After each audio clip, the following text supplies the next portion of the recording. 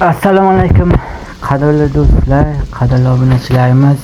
Bugun ham sizlarning e'tiborlaringizga yana bir video olishga qaror qildik. Albatta bugungi videomiz o'zimizda Turkiyada hozirda yashash sharoitimizdan kelgan holatda bugun uyda mana shu tovuq go'shtidan dimlama qildik. Dimlama qilayotganimizda bugun e'tiborlaringizga havola qilamiz. Mazali dimlama bo'ladigan umiddamiz. Albatta tomosha qiling, o'z fikringizni yozib qoldiring.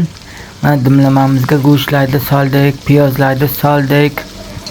Hozir pomidorlarni ham solib olamiz. Hozir quvurib olyapmiz. Quvurib olib pomidorlarni solib bir mazali ovqat tayyorlashga harakat qilyapmiz. Mana pomidorimizni ham solib olamiz. Qip-qizil pomidorlar.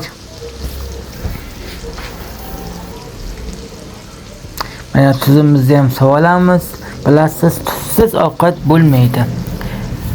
Boyagi bir maqol borku, tuzni ko'p solsa, ko'pchilik aytadi-ku, peshanani shu ekan dedi. Yaqinda bir joyda bir tanishimiz osh qilgan ekan.